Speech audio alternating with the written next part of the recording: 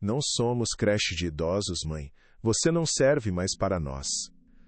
A voz de Sofia, afiada como uma lâmina de gelo, cortou o ar parado daquela estrada de terra, uma sentença final que selava o destino de seus pais com uma crueldade avassaladora.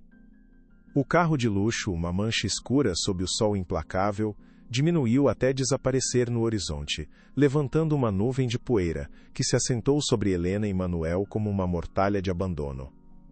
Helena, aos 66 anos, permaneceu de pé, sua postura digna contrastando dolorosamente com as malas gastas aos seus pés, que continham os fragmentos de uma vida inteira.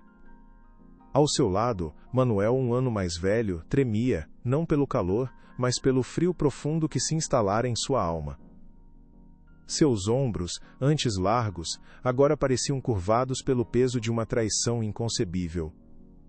O silêncio que se seguiu foi mais ensurdecedor que qualquer grito, um vácuo preenchido apenas pelo zumbido dos insetos e pelo eco fantasma do motor que se afastava, levando com Bia, sigo não apenas seus filhos, mas todo o conceito de lar. Manuel finalmente quebrou o silêncio, sua voz um sussurro frágil. Não entendo como pudemos criar monstros assim, Helena. O que foi que fizemos de tão errado? Ele olhou para as próprias mãos, calejadas, as mesmas que os ensinaram a andar, que os consolaram em noites de febre, e que agora tremiam vazias e impotentes, incapazes de compreender a dimensão daquele ato desumano que os atingira de forma tão brutal e definitiva. Helena aproximou-se do marido, sua sombra projetando-se sobre ele como um escudo frágil contra o sol e o desespero. Ela pegou uma de suas mãos trêmulas, sentindo a pele fria apesar do calor abrasador. Ela não tinha respostas, apenas a mesma dor que via refletida nos olhos dele, um espelho de sua alma despedaçada. As palavras de Sofia eram cacos de vidro em seu coração. Você não serve mais para nós. Como era possível que o amor de uma mãe tivesse prazo de validade? Como a dedicação de uma vida podia ser desca? RTAD como um objeto velho e inútil? Ela fixou o olhar na estrada vazia, o caminho pelo qual seus filhos haviam fugido de suas responsabilidades. Não sei, meu amor, respondeu ela, a voz surpreendentemente firme, uma força que extraiu da necessidade de ser a rocha dele. Mas nós vamos descobrir um jeito de seguir em frente. Nós sempre fomos fortes juntos, não fomos? Não será agora que vamos fraquejar. Mas para onde vamos, Helena? O que faremos? Não temos nada. Ele insistiu, o pânico começando a se infiltrar em sua voz. Ela apertou sua mão com mais força, um gesto que transmitia uma promessa silenciosa. Nós vamos encontrar um caminho. Nós sempre encontramos, lembre-se disso. Era uma promessa que soava vazia, talvez, mas era a única coisa que ela tinha a oferecer naquele momento de desmoronamento absoluto. Eu não posso desabar. Não agora, pensou ela sentindo a urgência de sua própria força. Se você gosta deste tipo de conteúdo, não se esqueça de se inscrever em nosso canal, Publicamos vídeos todos os dias, e dê like ao vídeo se você gosta desta história, e nos deixe nos comentários nos contando de onde você é, e a que horas nos escuta. A jornada de Helena e Manuel reflete uma dor universal de como os laços familiares, que deveriam ser sagrados, podem ser corroídos pela ganância e egoísmo. Esta é uma história sobre resiliência, sobre a capacidade humana de encontrar força na mais profunda adversidade e sobre a dignidade que ninguém pode nos roubar, mesmo quando nos tiram todo o resto. Muitas pessoas, infelizmente, enfrentam o abandono na terceira idade, um drama silencioso que se desenrola longe dos olhos de uma sociedade que valoriza a juventude acima da sabedoria. A dor de ser descartado por aqueles a quem se dedicou uma vida inteira de amor é uma ferida que poucas coisas podem curar. Esta narrativa nos força a confrontar nossos próprios valores e a refletir sobre o legado de amor e respeito que estamos construindo. A força de Helena, que se recusa a sucumbir, e a Conium/Sané, vulnerabilidade de Manuel, que personifica o coração partido de um pai traído, nos convidam a uma profunda introspecção sobre a natureza humana e sobre as escolhas que fazemos todos os dias.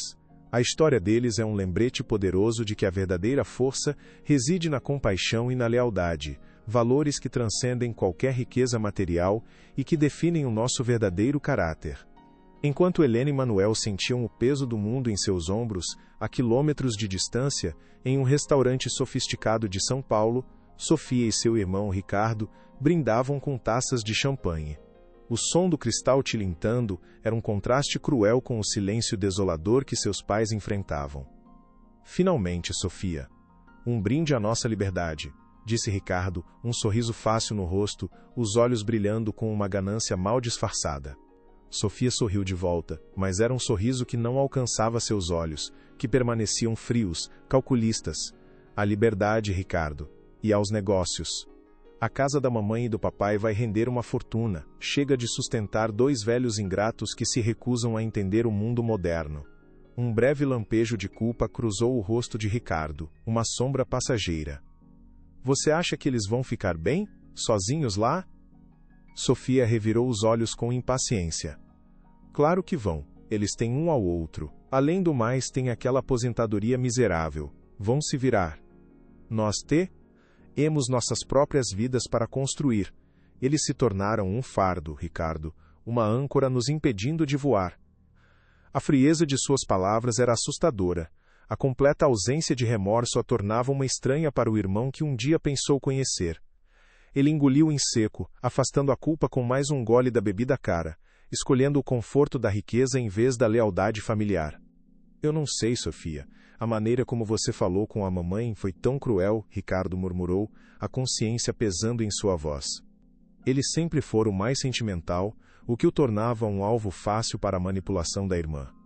Sofia suspirou, um som de pura exasperação. Cruel? Ricardo, entenda de uma vez. O mundo dos negócios é cruel. A vida é cruel. E estávamos sendo arrastados para o fundo por causa da teimosia do papai em não vender a casa e da mania da mamãe de guardar cada centavo. Ela se inclinou sobre a mesa, a voz baixando para um tom sedutor. Pense em tudo o que poderemos fazer com o dinheiro. Você vai poder pagar suas dívidas de jogo. Teremos a vida que merecemos, a vida que eles nunca puderam nos dar. Eles nos deram amor, sim, mas amor não paga as contas. Ricardo ponderou as palavras dela, sentindo a promessa de uma vida sem preocupações como um bálsamo para sua ansiedade. Você tem razão, disse ele finalmente, levantando a taça novamente e a culpa se dissolvendo no álcool. Aspas. Eles sempre quiseram o nosso bem. No fundo, isso também é para o bem deles. Sofia sorriu, satisfeita. Exatamente. Eles vão entender um dia.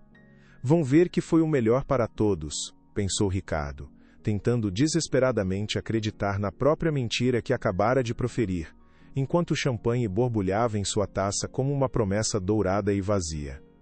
O sol começou a baixar, pintando o céu com tons de laranja e roxo, uma beleza indiferente ao drama humano. Com um esforço sobre-humano, Helena agarrou a alça de uma das malas. Vamos, Manuel, precisamos encontrar um lugar para passar a noite.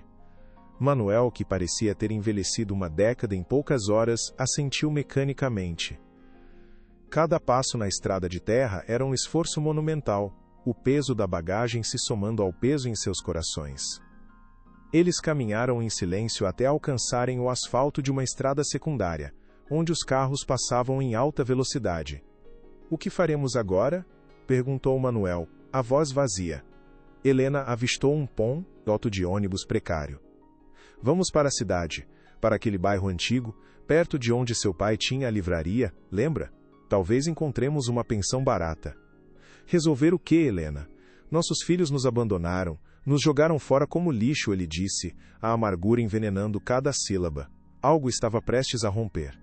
Não diga isso, Manuel, não podemos desistir, respondeu Helena, a voz ganhando uma força que surpreendeu a si mesma. Nós construímos uma vida inteira juntos. Não vamos deixar que o egoísmo deles nos destrua.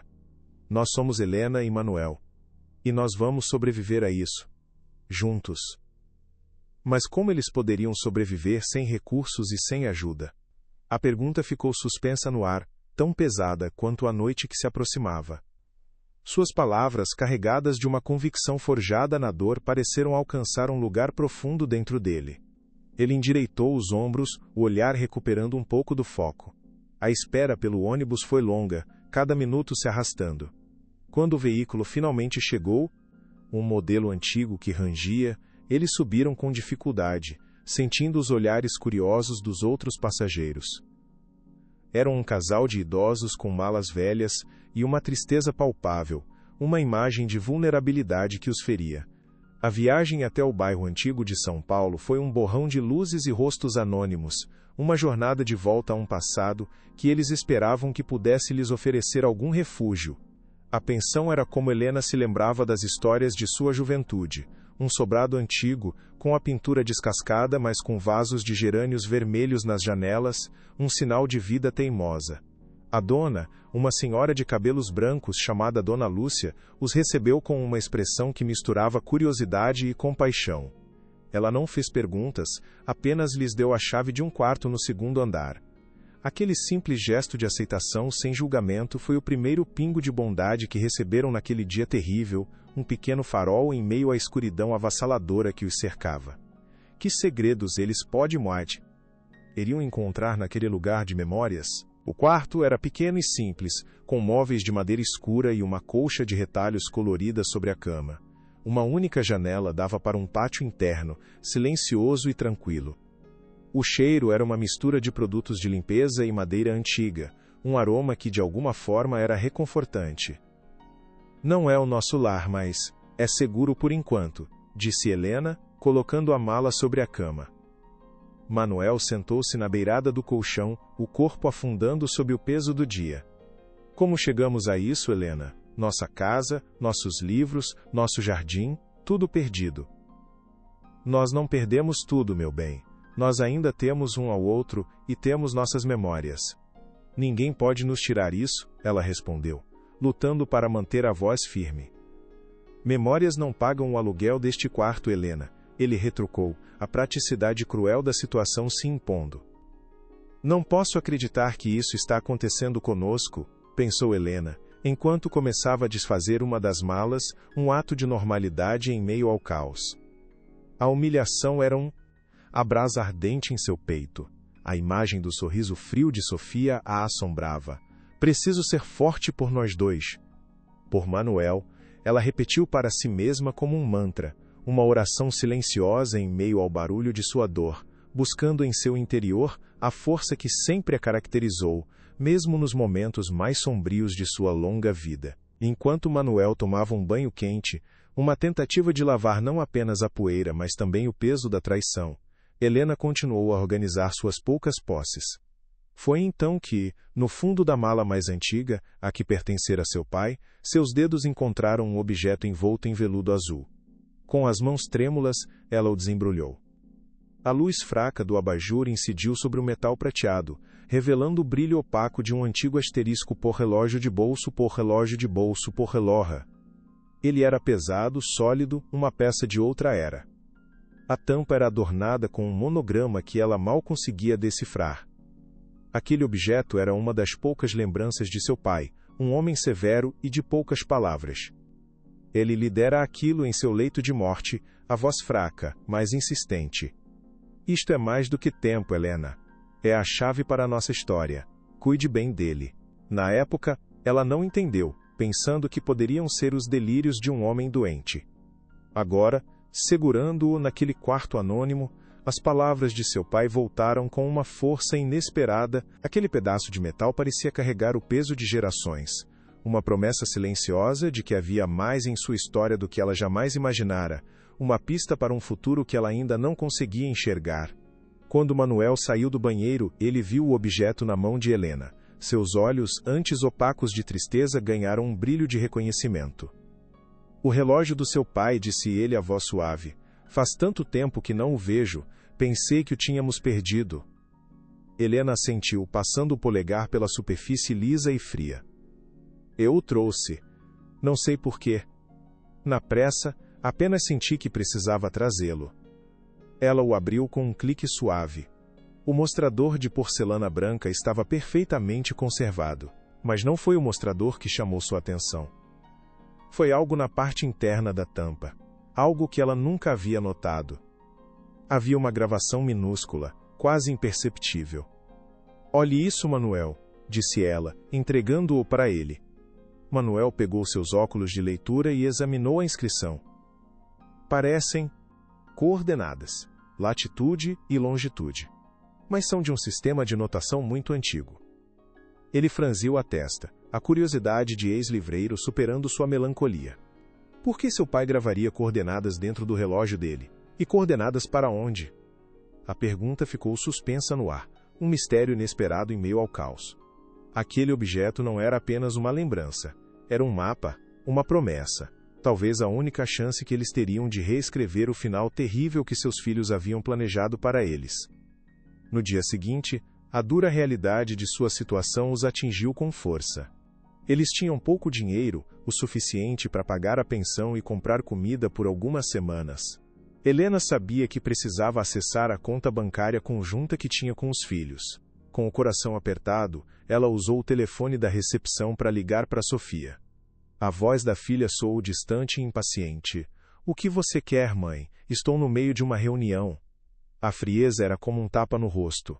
"Sofia, eu preciso de açuperetado, acesso à nossa conta. Tentei usar o cartão e foi recusado", disse Helena, engolindo o orgulho. Houve uma pausa, seguida por um suspiro teatral. "Ah, isso! Tivemos que bloquear temporariamente a conta por razões de segurança. Há alguns problemas administrativos. Vai demorar um pouco." "Problemas administrativos? O dinheiro é nosso, Sofia. Seu pai e eu trabalhamos a vida inteira por ele", exclamou Helena, a raiva finalmente rompendo sua compostura. "Mãe, não complique as coisas. Eu estou cuidando de tudo. Confia em mim. Agora eu preciso ir." E antes que Helena pudesse protestar, a ligação foi encerrada. "Ela desligou", disse Helena para Manuel. O rosto dele se contraiu em dor. "Problemas administrativos? Ela nos roubou, Helena. Ela e Ricardo nos roubaram tudo." A verdade cruel e inegável pairava entre eles, mais pesada do que qualquer mala. A verdade daquelas palavras era inegável, uma realidade amarga que eles não podiam mais ignorar. Eles foram deixados naquela estrada não apenas para serem esquecidos, mas para serem completamente neutralizados, impedidos de lutar pelo que era seu. "Eu não posso acreditar. Eu simplesmente não posso acreditar que ela faria isso conosco", sussurrou Helena, mais para si mesma do que para Manuel. "A menina que eu carreguei nos braços, que eu ensinei a ser honesta, como ela se transformou nisso?" A imagem de sua filha, agora uma empresária implacável, se sobrepôs à da garotinha de tranças que corria para abraçá-la. Onde estava aquela menina? Teria ela existido de verdade, ou foi apenas uma ilusão que ela, como mãe, quis enxergar? Naquela noite, o sono não veio para Helena. Ela ficou sentada na poltrona velha observando Manuel dormir um sono inquieto.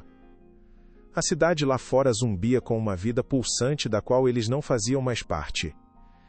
Ela pegou novamente o objeto de seu pai, o metal frio, um contraste com a febre de seus pensamentos. As coordenadas gravadas pareciam zombar dela. "O que você quis me dizer, papai?" Ela sussurrou na escuridão. "Que história é essa que você deixou para trás?" Ele era a única conexão que lhe restava com um passado de certezas. Agora, tudo era incerto. Eles estavam à deriva em um oceano de traição. O dia amanheceu cinzento e chuvoso, um reflexo do estado de espírito do casal. Após um café da manhã silencioso, eles decidiram sair para caminhar, para respirar um ar que não fosse carregado pela opressão do pequeno quarto. Andaram sem rumo pelas ruas do bairro antigo, passando por cenas de uma vida normal que lhes parecia dolorosamente distante. Sentaram-se em um banco de praça, sob a proteção de uma grande árvore. Foi então que aconteceu. Um carro de luxo, o mesmo modelo que os deixara na estrada, passou lentamente pela rua. Pela janela do passageiro, eles viram Sofia. Ela estava rindo, conversando com um homem de terno, seus olhos passaram por eles, e por um instante fugaz, houve um lampejo de reconhecimento. Mas foi só isso. Ela não acenou, não pediu para parar. Simplesmente desviou o olhar com uma rapidez deliberada, e continuou sua conversa, como se eles fossem dois estranhos, duas figuras invisíveis na paisagem. O carro acelerou e desapareceu, deixando para trás um vazio ainda maior no coração de seus pais. Aquela foi a segunda humilhação, e esta fora pública, uma facada desferida à luz do dia. O que mais eles poderiam suportar? serem ignorados, descartados, tornados invisíveis por sua própria filha. Manuel baixou a cabeça, os ombros tremendo. Helena sentiu o sangue subir ao rosto, uma onda de fúria e vergonha tão intensa que a deixou sem ar. Ela queria gritar, correr atrás do carro, forçar Sofia a encará-los, mas seus pés estavam pregados no chão. Era mais do que abandono, mais do que roubo. Era a aniquilação completa de sua identidade como pais. Ela nos viu, sussurrou Manuel, a voz quebrada pela dor. Ela olhou diretamente para nós e não fez nada. Eu sei, meu amor, eu sei, respondeu Helena, envolvendo o braço em volta dos ombros dele, puxando-o para perto. Ela o segurou com força, tentando protegê-lo daquela dor, tentando absorver o golpe por ambos. Mas a ferida já estava aberta. Algo dentro de Helena se partiu naquele momento, mas algo novo também nasceu. As ruínas. Uma determinação de aço fria e inquebrável. Chega de chorar. Chega de se sentir uma vítima. Se seus filhos queriam guerra, eles teriam uma. Ela não sabia como, nem com que armas, mas não iria mais se curvar. Algo estava prestes a romper. A leoa ferida estava pronta para revidar com todas as suas forças. Vamos voltar para a pensão, Manuel, disse Helena, a voz surpreendentemente firme, com um tom de comando que ele não ouvia há anos. Ele a olhou, confuso com a mudança súbita, vendo uma nova luz em seus olhos, uma chama de batalha que ele pensava estar extinta. No caminho de volta, Helena não conseguia parar de pensar nas palavras de seu pai e no objeto que agora parecia queimar dentro de sua bolsa. A chave para a nossa história. Talvez a resposta para seus problemas não estivesse no presente que lhes foi roubado, mas no passado que eles haviam esquecido. As coordenadas. O que elas significavam? Ela precisava descobrir, e precisava descobrir agora. Aquele pequeno detalhe, antes uma mera curiosidade, agora se tornara uma obsessão, a única pista em um mistério que poderia ser a chave para sua sobrevivência. O desprezo público de Sofia não os havia destruído como ela talvez esperasse. Pelo contrário, havia acendido a chama da resistência. Eles não eram invisíveis. E eles iriam provar isso para ela e para o mundo. A imensa cidade de São Paulo, com seus milhões de rostos anônimos, de repente pareceu um gigantesco tabuleiro de xadrez. E Helena, a matriarca silenciosa, estava pronta para fazer sua primeira e decisiva jogada. Para onde aquelas coordenadas a levariam? De volta ao quarto da pensão, a atmosfera não era mais de desespero, mas de uma calma tensa, uma energia focada. Helena colocou o objeto de prata sobre a cômoda, onde a luz da janela o iluminava como um farol.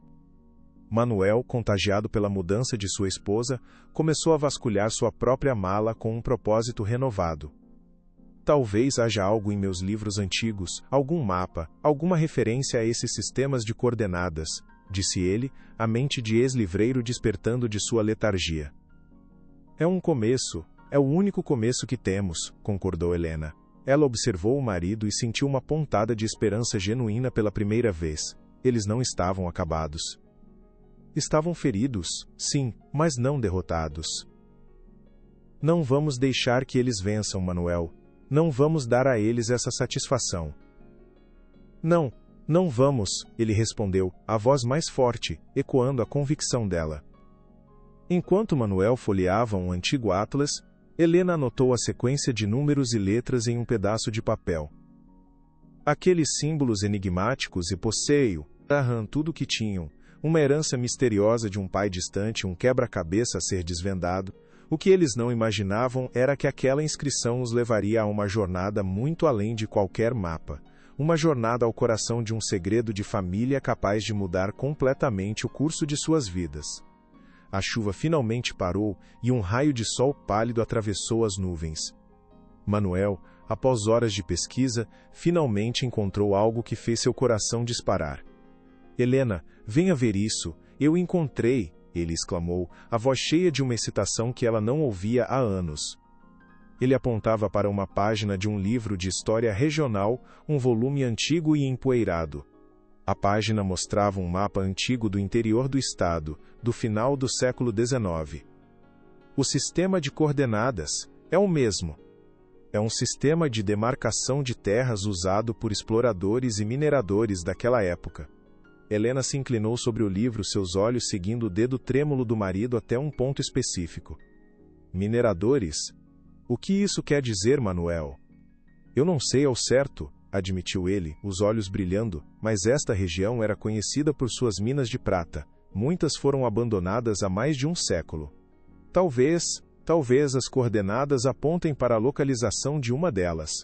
A palavra prata pairou no ar, brilhante, com uma possibilidade quase inacreditável.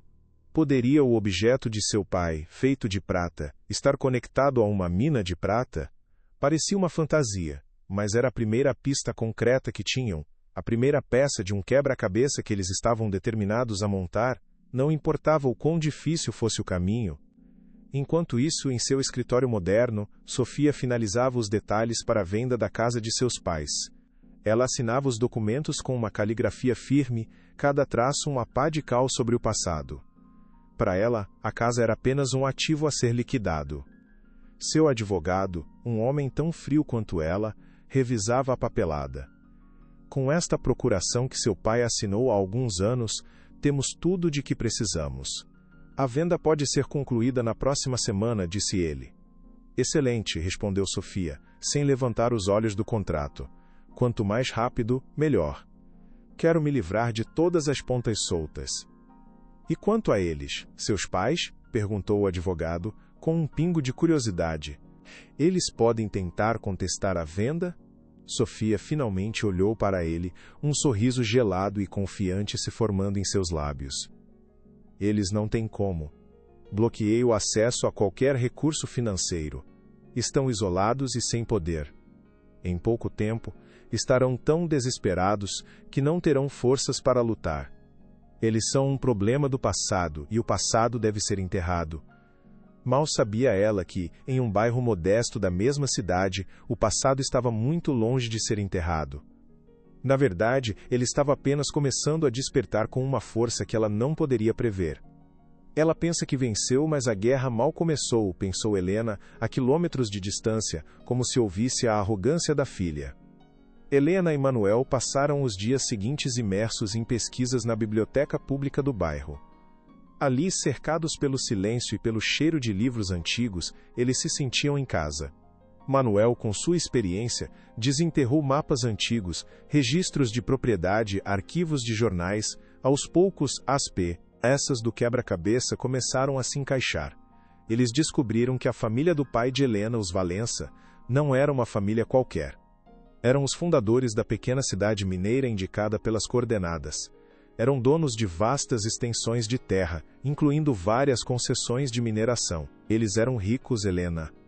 Muito ricos, disse Manuel uma noite, mostrando a ela um recorte de jornal amarelado que falava sobre a próspera e inesgotável mina de prata da família Valença. Por que meu pai viveria como um simples trabalhador, escondendo sua origem, se ele vinha de uma família assim? Ela se perguntou, a confusão crescendo a cada nova descoberta. O que aconteceu com toda essa riqueza? Por que ele nunca me contou nada? Era mais um mistério adicionado à pilha. A cada documento encontrado, o quebra-cabeça se tornava maior, mais complexo, mas também mais fascinante. Eles estavam desvendando não apenas um segredo financeiro, mas a própria identidade de sua família, uma história que havia sido deliberadamente apagada. Um dia, enquanto folheavam um antigo livro de registros do cartório da cidade, Helena encontrou algo que fez seu coração parar. Era uma anotação de um tabelião, datada de décadas atrás, mencionando um longo e complexo litígio sobre as terras da mina Valença. O nome do tabelião era familiar, o mesmo sobrenome de um velho amigo de seu pai. Manuel, olhe isso, eu conhecia a família deste homem. O tabelião se chamava Afonso, e seu filho Joaquim era um advogado. Papai costumava dizer que a família dele era a única em quem se podia confiar naquela cidade. Poderia ser apenas uma coincidência, ou era mais uma peça que seu pai havia deixado para ela encontrar, um rastro de migalhas de pão através do tempo. A possibilidade de haver um advogado honesto, alguém ligado ao passado de sua família e ciente daquele litígio, era um raio de esperança mais brilhante do que qualquer coisa que eles haviam encontrado. Precisamos encontrar esse homem, Manuel. Se ele ainda estiver vivo, ou se seu escritório o ainda existir, ele pode ter as respostas que estamos procurando. A busca, que começara com um número misterioso gravado em um objeto de prata, agora tinha um nome, uma direção concreta. Eles estavam cada vez mais perto da verdade, mas também, sem saber, cada vez mais perto do perigo. O que os esperava naquela cidade esquecida pelo tempo? A decisão de procurar o advogado Joaquim trouxe um novo senso de urgência. Eles sabiam que o tempo estava correndo contra eles. Com o pouco dinheiro que lhes restava, Helena comprou uma passagem de ônibus para a pequena cidade do interior, o berço de sua família. Manuel, devido à sua saúde frágil, ficaria na pensão. "Tome cuidado, meu amor", disse ele na rodoviária, segurando as mãos dela com força. "Você não sabe o que pode encontrar lá." "Eu sei", respondeu ela, o rosto resoluto. "Mas eu preciso ir. É a nossa única chance." O abraço deles foi longo, carregado de medo e esperança. Ao subir os degraus do ônibus, Helena olhou pela janela e viu Manuel acenando. Uma figura solitária na plataforma. Uma lágrima escorreu por seu rosto, mas ela a enxugou rapidamente. Não era hora para fraqueza. Ela estava viajando para o passado para desenterrar a verdade e voltaria com as armas necessárias para lutar pelo futuro deles. A jornada seria longa, mas ela sentia em seu íntimo que estava indo na direção certa. Guiada pela mão silenciosa de seu pai e pelo peso do segredo que carregava em sua bolsa. O que ela não sabia era que, enquanto viajava em direção à esperança, uma nova ameaça se formava em São Paulo, um plano cruel para destruir a última coisa que Manuel ainda tinha, seu refúgio. Enquanto isso, na pensão, a frágil tranquilidade de Manuel foi brutalmente interrompida por uma batida forte e autoritária na porta. Ao abrir, ele se deparou com a figura intimidadora de um homem corpulento em uniforme da prefeitura. Mas foi a pessoa ao lado dele que fez seu sangue gelar. Com um sorriso de puro escárnio estava Ricardo, seu próprio filho, inspecionando o quarto com um olhar de nojo. "Pai, que surpresa te encontrar neste lugar", disse Ricardo, o tom debochado. "Este é o fiscal Alonso. Ele veio fazer uma vistoria. Parece que há denúncias de irregularidades. Risco de incêndio, problemas estruturais, coisas que podem levar à interdição imediata deste pardieiro." Manuel olhou do fiscal para o sorriso cínico do filho e a verdade o atingiu. "Eu entendi na mesma hora. Era um ataque direto, uma execução", pensou ele. Era um movimento calculado de Sofia e Ricardo para tirá-lo daquele último refúgio, para jogá-lo na rua. "O que vocês estão fazendo?", sussurrou Manuel, a voz falhando. "Isso é cruel. Até mesmo para vocês." Ricardo apenas deu de ombros, a frieza em seus olhos um espelho da de sua irmã. "Estamos apenas nos preocupando com a sua segurança, papai. Um lugar como este não é seguro. Talvez um abrigo público seja mais adequado. Pense nisso como um favor." Manuel sentiu o chão desaparecer sob seus pés. A crueldade do ato, a forma como seu próprio filho o olhava com desprezo, era mais dolorosa do que qualquer golpe físico. Ele se sentia encurralado, um animal indefeso em uma armadilha montada por seus próprios filhotes. "Vocês não vão conseguir", disse ele a voz um fio, mas com uma centelha de desafio que surpreendeu até a si mesmo. "Helena vai voltar. E vocês vão se arrepender disso." Ricardo riu, uma risada curta e sem alegria. "A mamãe? O que ela vai fazer? Chorar?" "Papai, vocês perderam. Aceitem. É o melhor para todo mundo." O fiscal Alonso, com uma expressão entediada, começou a anotar em sua prancheta, apontando para uma rachadura na parede, para um fio elétrico visível perto do teto. Cada anotação era um prego no caixão daquele refúgio. Dona Lúcia, a dona da pensão, apareceu no corredor, atraída pelo barulho. Seus olhos se arregalaram ao ver a cena. "O que está acontecendo aqui? Que denúncia é essa? Minha pensão é antiga, mas é segura. Eu cuido de tudo pessoalmente." "Senhora, por favor, não interfira", disse o fiscal com autoridade. recebemos uma denúncia grave e precisamos investigar. Se as irregularidades se confirmarem, terei que interditar o local por tempo indeterminado. Manuel sabia que era uma farsa. A denúncia anônima só podia ter vindo de uma pessoa. O desespero ameaçou engoli-lo. Sozinho, sem Helena, ele se sentia completamente perdido e impotente. A viagem de Helena foi longa, as horas se arrastando enquanto o ônibus devorava a paisagem monótona da estrada. Ela mal dormiu, a mente fervilhando com possibilidades e medos. Ao chegar na pequena cidade de Prata Velha, sentiu como se tivesse viajado no tempo. As ruas eram de paralelepípedos. Os casarões coloniais com suas janelas altas e sacadas de ferro forjado pareciam contar histórias de um passado glorioso. O ar era mais limpo, o ritmo de vida mais lento.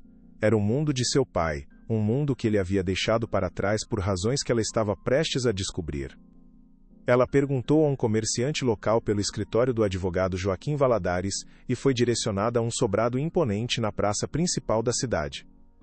A placa de latão na porta, polida pelo tempo, dizia Valadares e Filhos, advocacia desde 1920. Com o coração na boca, ela bateu na porta de madeira maciça. Uma mulher de meia idade a atendeu, e ao ouvir o nome de Helena, seus olhos se iluminaram com reconhecimento. Na Helena Valença? O doutor Joaquim estava esperando pela senhora. Ele disse que, um dia, a senhora viria. A frase a deixou arrepiada. Como ele poderia estar esperando por ela? Que segredo seu pai havia compartilhado com aquele homem que negara a própria filha? A porta se abriu para um novo mundo. Joaquim Valadares era um homem idoso, talvez com mais de 80 anos, mas seus olhos eram vivos e inteligentes, brilhando por trás de óculos de aros grossos. Ele a recebeu em um escritório forrado de livros do chão ao teto, o cheiro de couro e papel antigo preenchendo o ar. Dona Helena. É uma honra finalmente conhecê-la. Seu pai era um grande amigo do meu. E um homem de palavra, disse ele, a voz rouca, mas firme. Ele apontou para uma poltrona de couro em frente à sua mesa de mogno. Sente-se, por favor, temos muito o que conversar. Helena, ainda atordoada, sentou-se. Meu pai, ele falou sobre mim? Não diretamente, respondeu Joaquim. Mas ele deixou instruções muito claras, guardadas em nosso cofre por mais de 30 anos. Ele disse que, se um dia uma mulher chamada Helena Valença viesse me procurar, eu deveria lhe entregar este envelope e contar toda a verdade sobre a herança de sua família. Ele sabia que você só viria se estivesse em grande necessidade, se a vida tivesse forçado a olhar para o passado. Com as mãos ligeiramente trêmulas, Joaquim abriu uma gaveta de sua mesa e tirou um envelope grande, amarelado pelo tempo, selado com cera vermelha. O momento que poderia mudar tudo estava ali, em suas mãos. O mais forte está por vir. Fique até o final. Helena pegou o envelope, o papel antigo frágil sob seus dedos. Ela rompeu o selo com cuidado e tirou de dentro um maço de documentos. Eram cópias de um testamento, registros de propriedade e uma longa carta, escrita com a caligrafia firme e angulosa de seu pai. Enquanto ela lia, Joaquim começou a contar a história. Seu avô, o coronel Inácio Valença, era um homem poderoso, dono de quase tudo nesta região. Mas ele tinha um grande inimigo, um sócio que o traiu e tentou roubar tudo dele.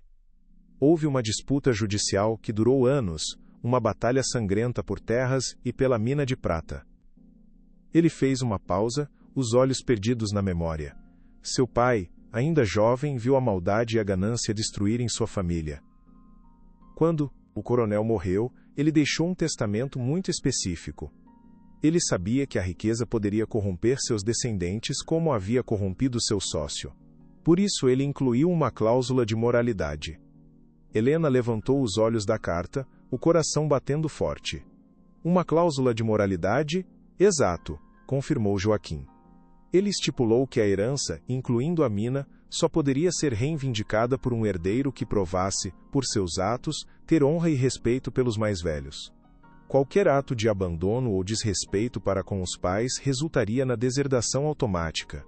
Seu pai, temendo que seus próprios filhos fossem corrompidos pela ganância, decidiu se afastar de tudo isso. Ele escondeu sua identidade, mudou-se para São Paulo e viveu uma vida simples para protegê-los da maldição da riqueza. A revelação foi como um soco. Seu pai não a abandonara por falta de amor, mas por um excesso dele. Ele a protegera de um fardo que ele mesmo mal conseguiu carregar.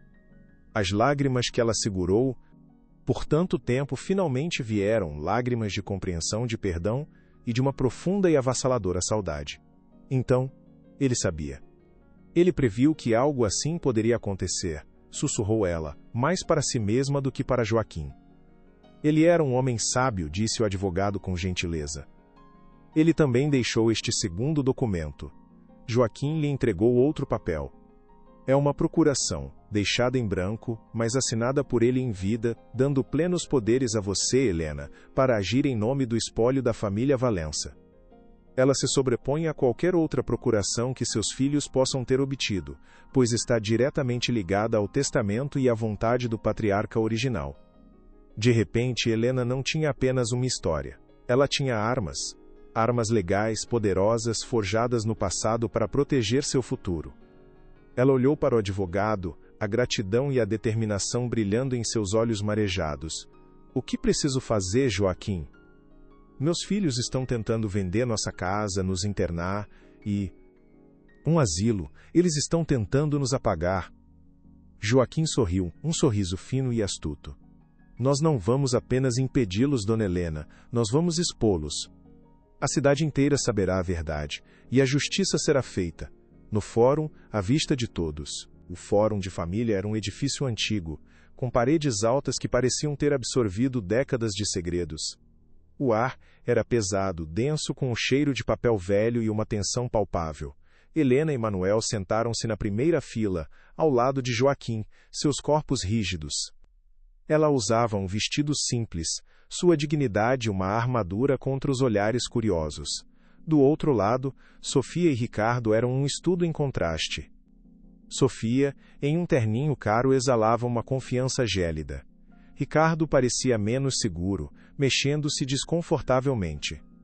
O advogado deles, Dr. Arantes, cochichava instruções, um sorriso presunçoso nos lábios. Ele já considerava a vitória garantida. Eu não posso fraquejar agora. Por Manuel, por meu pai, por nossa honra, pensou Helena, sentindo o coração bater descompassado, um tambor de guerra anunciando a batalha final.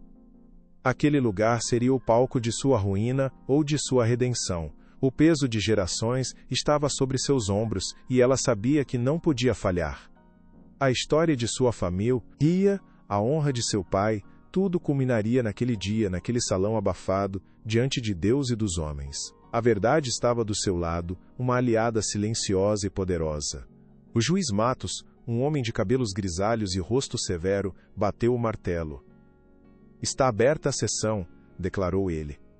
Estamos aqui para avaliar a petição de interdição e curatela solicitada por Sofia e Ricardo Valença em relação a seus pais, bem como para validar a procuração que lhes concede plenos poderes sobre os bens da família. Ele ajustou os óculos e olhou por cima deles, seu olhar demorando-se por um instante no casal de idosos com uma expressão indecifrável. Doutor Arantes, o senhor tem a palavra. O advogado levantou-se com agilidade. Meritíssimo juiz, a situação é triste, mas necessária. Meus clientes, movidos pelo amor, viram-se obrigados a tomar esta medida para proteger seus pais de si mesmos e de decisões imprudentes que poderiam levar à dilapidação do patrimônio familiar. Manuel sentiu o sangue ferver. A audácia da mentira, dita com tanta calma, era sufocante. Ele nos chama de imprudentes, depois de nos roubarem e nos abandonarem, pensou ele, apertando o braço da Cade. Ira com uma força que fez seus nós dos dedos ficarem brancos. Helena colocou uma mão calmante sobre a dele, um toque silencioso que dizia, ainda não, meu amor. Espere o momento certo. A paciência era uma virtude que ela aprendera a cultivar ao longo de uma vida difícil, e ela sabia que a pressa poderia arruinar tudo. Dr. Arantes continuou seu discurso, pintando um quadro distorcido de Helena e Manuel, descrevendo-os como idosos confusos, teimosos e incapazes de compreender o mundo moderno.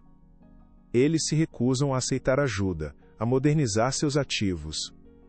A casa da família, um imóvel de altíssimo valor, está se deteriorando pela falta de manutenção, um reflexo triste do próprio estado de seus proprietários, argumentou ele, a voz pingando falsa compaixão.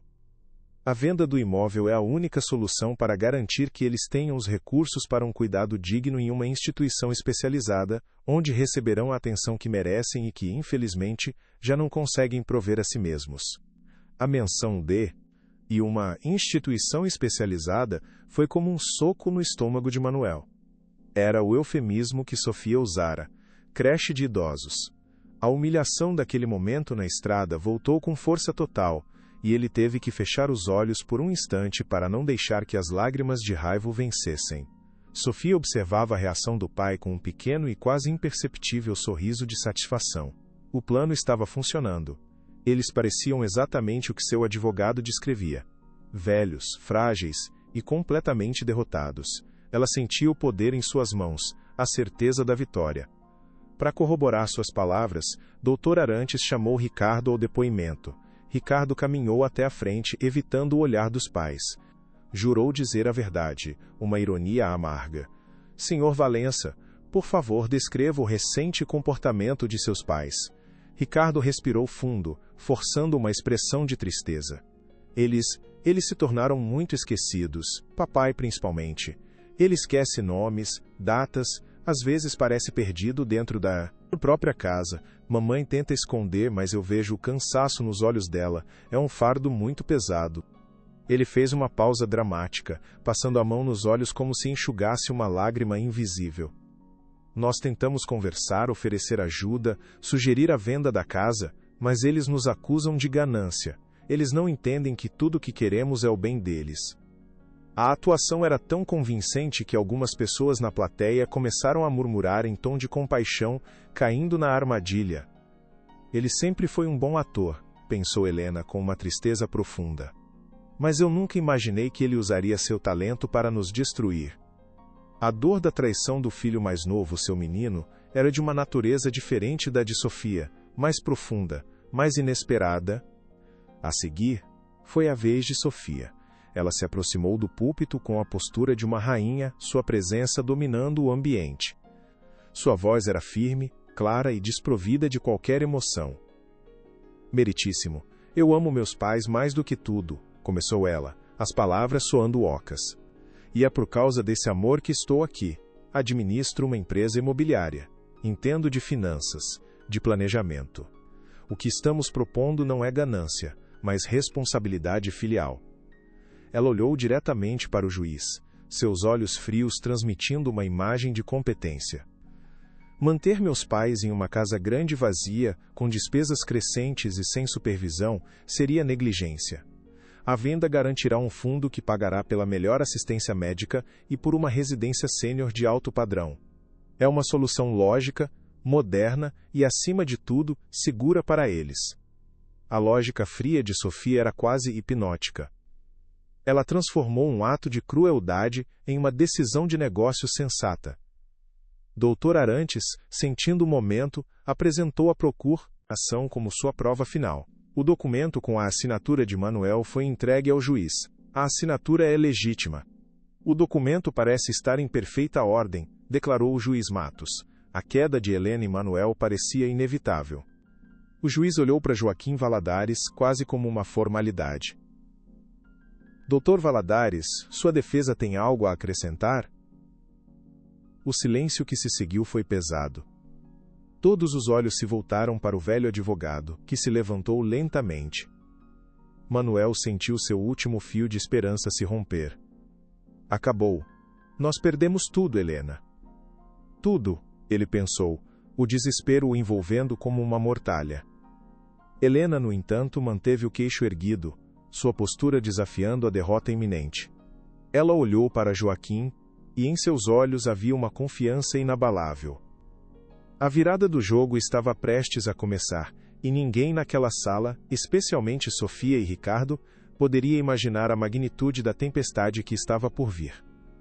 Algo estava prestes a romper, e o som seria ensurdecedor. O mundo deles estava a ponto de virar de cabeça para baixo. A calmaria antes da tempestade era assustadora, mas a tempestade em si seria lendária. Eles haviam subestimado a força de seus pais e a lealdade de seus amigos. Um erro fatal que lhes custaria absolutamente tudo o que eles mais valorizavam. A verdade estava guardada, esperando o momento exato para explodir e consumir todas as mentiras. Joaquim caminhou lentamente até o centro do salão. Sua voz, surpreendentemente forte e clara, encheu o silêncio. Meritíssimo juiz, membros do conselho. Ouvimos aqui um conto comovente sobre amor filial. Uma narrativa bem construída, eu admito. Mas é apenas isso. Uma ficção. Uma mentira elaborada para esconder a mais pura ganância. Dr. Arantes soltou uma risada de escárnio. Ficção, Dr. Valadares? Temos um documento legal e assinado. O que o senhor tem? Sentimentalismo? Joaquim ignorou a provocação. Eu tenho a verdade. E a verdade, meritíssimo, muitas vezes se esconde nos detalhes, nas histórias que pensamos ter esquecido. Ele se virou para Helena. Dona Helena, por favor, aproxime-se. Com o coração batendo forte, Helena se levantou e caminhou até o púlpito. Dona Helena, começou Joaquim, gostaria que a senhora contasse aí. STE Tribunal sobre o dia em que seus filhos a deixaram junto com seu marido em uma estrada de terra, com 2 malas velhas e nada mais. A descrição crua do evento causou uma onda de choque na plateia. Murmúrios de incredulidade e horror começaram a se espalhar. Sofia empalideceu, a primeira rachadura em sua fachada de gelo. A verdade começava a vir à tona lenta e implacavelmente. Objeção. Irrelevante e inflamatório, gritou o Dr. Arantes, levantando-se abruptamente. Rejeitada, disse o juiz Matos, o interesse subitamente aguçado em seus olhos. Prossiga, Dr. Valadares, eu quero ouvir esta história. Helena respirou fundo. Sua voz, no início um sussurro, ganhou firmeza a cada palavra, a cada detalhe da traição que ela narrava com uma clareza impressionante. Ela não chorou. Sua fala era carregada de uma tristeza profunda e de uma lucidez que desmentia qualquer acusação de confusão mental. Ela descreveu as palavras exatas de Sofia. Não somos creche de idosos, mãe. Você não serve mais para nós. E cada palavra caiu como uma pedra no silêncio do fórum. Ela falou sobre a humilhação de serem ignorados na praça, sobre o bloqueio da conta bancária, sobre a tentativa de interdição da pensão. Eles dizem que fizeram isso por amor, concluiu ela, olhando diretamente para seus filhos com uma força que os fez recuar. Mas o amor ne abandona, ne rouba, ne humilha. O que eles fizeram não tem nome, mas certamente não é amor. As palavras dela, simples e verdadeiras, tinham mais peso do que todos os argumentos legais e mentiras bem ensaiadas ditas até então. Sofia e Ricardo se encolheram sob o peso do olhar da mãe e dos murmúrios de condenação que agora enchiam a sala. A narrativa deles estava começando a desmoronar. Tudo isso é muito comovente, mas não passa de uma disputa familiar. Não invalida a procuração, insistiu o Dr. Arantes, a voz um pouco menos confiante. Ainda não chegamos à procuração, doutor, respondeu Joaquim com uma calma enervante. Antes, precisamos falar sobre casa. Reherança. A verdadeira herança. Aquela que eles tanto desejam, mas da qual nada sabem. E com essa frase enigmática, ele preparou o palco para a revelação final. Qual era o verdadeiro segredo por trás de tudo aquilo? Herança? Zombou o Dr. Arantes. A única herança em questão é a casa da família. Joaquim sorriu, um sorriso fino e misterioso. É aí que o senhor se engana. Existe outra herança, uma muito mais antiga e valiosa. Uma herança que depende de uma única condição, estipulada em testamento pelo avô de Dona Helena, o coronel Inácio Valença. A menção do nome do lendário coronel causou um novo alvoroço na sala. A história da cidade estava prestes a ser reescrita diante de todos. Ele tirou de sua pasta um documento antigo, amarelado pelo tempo. Este, meritíssimo, é o testamento original do coronel, devidamente registrado e nunca revogado. E ele contém o que chamamos de cláusula de moralidade, IA. Um murmúrio de curiosidade percorreu a sala. E o que diz essa cláusula, Dr. Valadares? Perguntou o juiz, completamente absorto. Joaquim colocou seus óculos e leu em voz alta. deixo a totalidade de meus bens, incluindo as terras e os direitos de exploração da mina de prata Valença, aos meus descendentes diretos, sob a condição expressa e irrevogável de que demonstrem, através de suas ações, honra, respeito e amparo incondicional aos seus anciãos. Qualquer ato comprovado de abandono, desrespeito ou negligência para com seus pais ou avós resultará na imediata e completa exclusão da linha sucessória.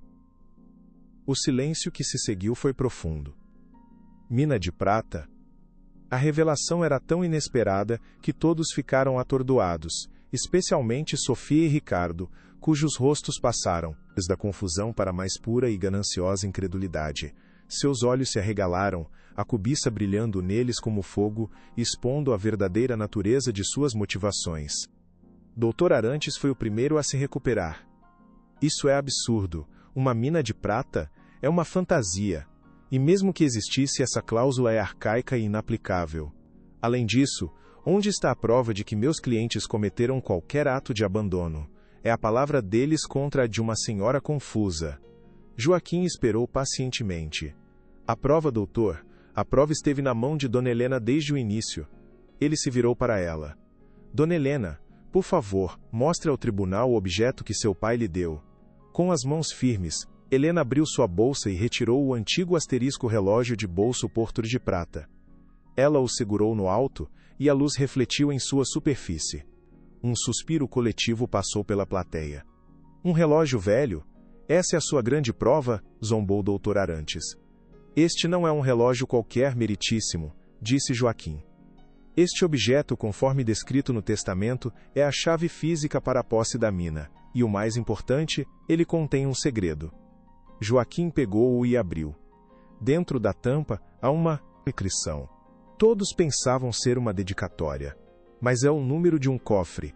E dentro desse cofre, meu avô, o tabelião que redigiu o testamento, depositou um documento detalhando a localização e o valor da mina, a ser entregue apenas ao portador que cumprisse a cláusula de moralidade. Uma história fascinante, mas ainda falta provar o abandono de forma irrefutável, insistiu Dr. Arantes, o desespero começando a transparecer.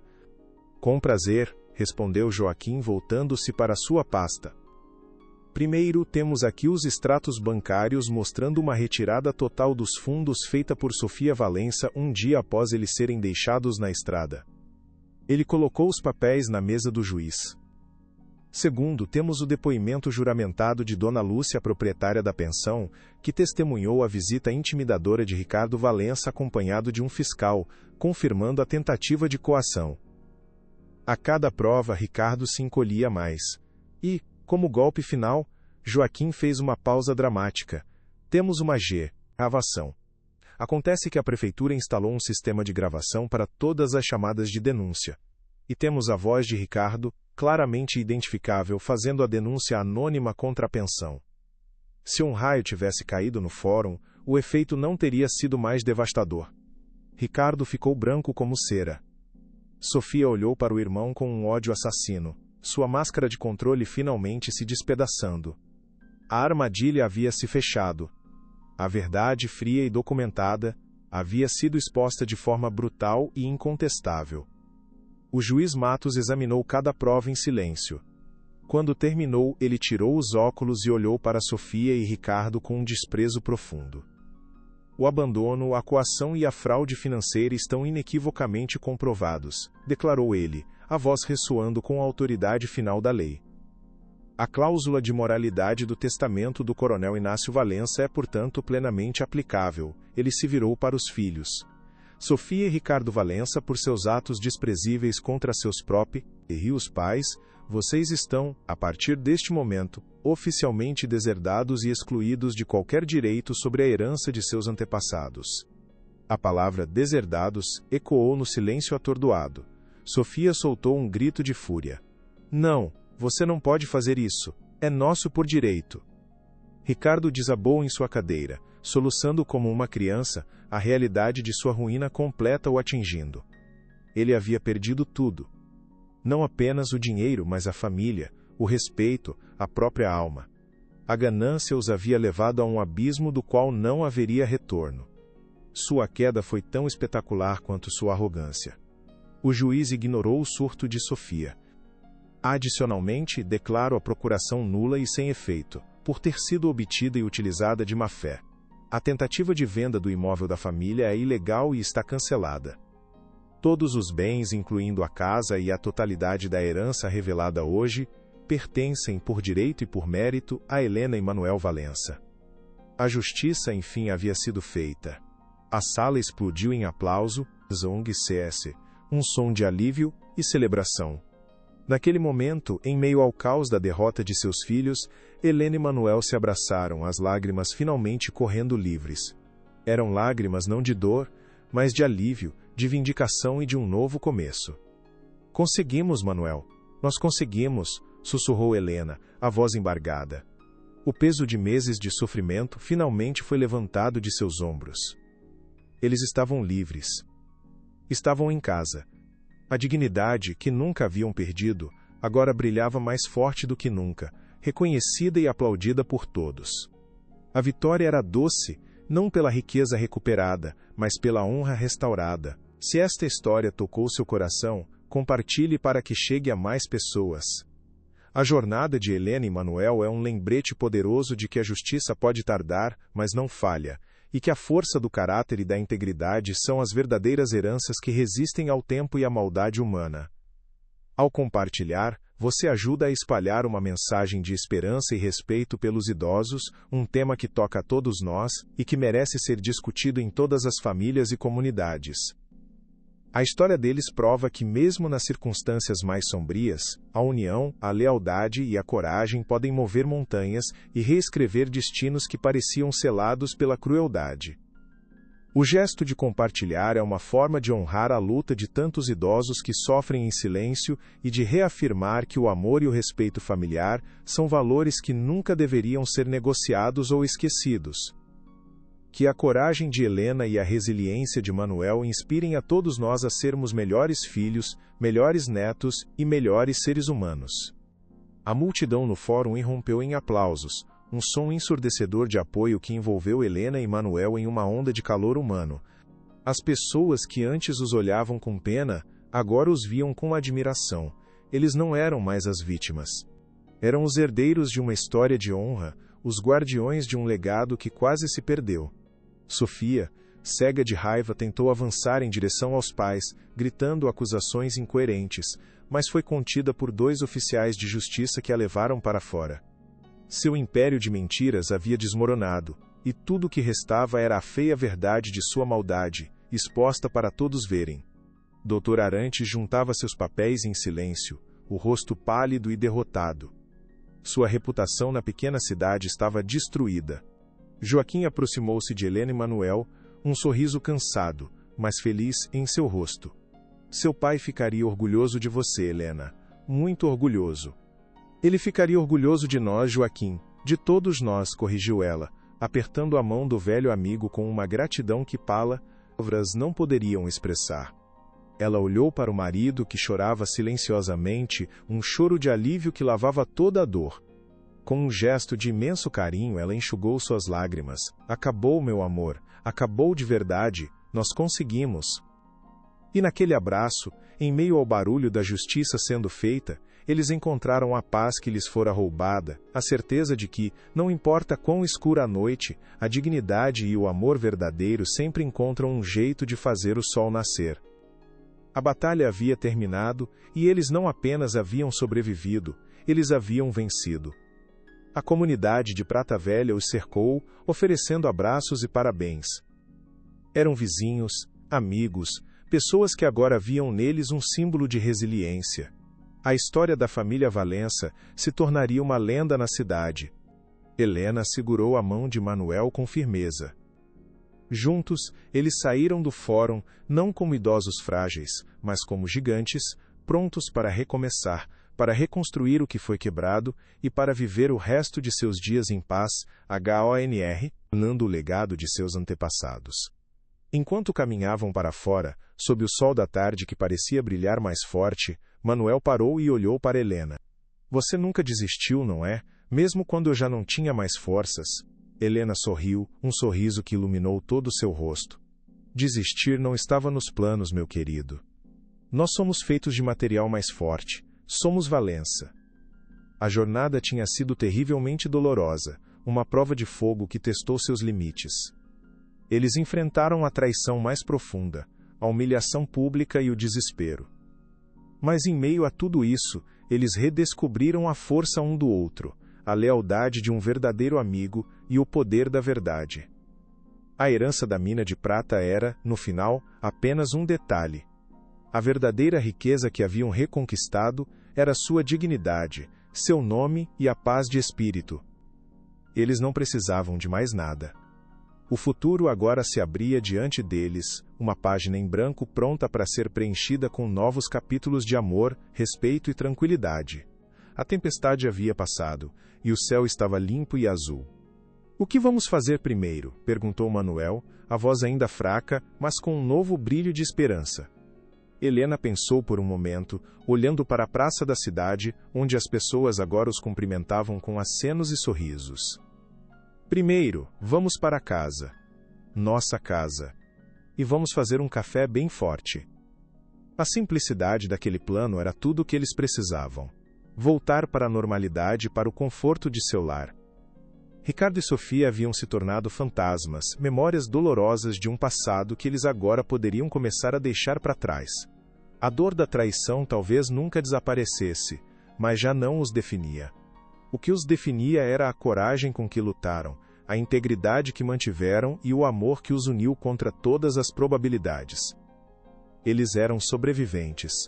E a partir daquele dia eles voltariam a viver. A lição era clara para todos em Prata Velha: a verdadeira herança não está no ouro ou na prata, mas na honra que se carrega e no amor que se compartilha. E essa era uma herança que Helena e Manuel possuíam em abundância, uma fortuna que dinheiro nenhum poderia comprar. 5 anos depois, a casa da família Valença não era mais um lugar de memórias tristes, mas o coração pulsante de uma nova esperança. As paredes que antes ecoavam o silêncio do abandono agora ressoavam com risadas, conversas e o som de vidas sendo reconstruídas. Helena e Manuel, usando uma parte dos recursos da herança que nunca buscaram, transformaram sua dor em um propósito.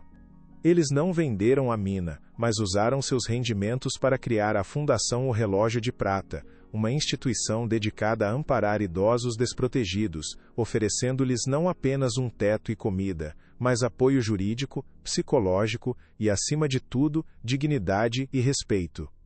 A fundação se tornou um farol na comunidade, um símbolo de que a compaixão poderia florescer das cinzas da crueldade.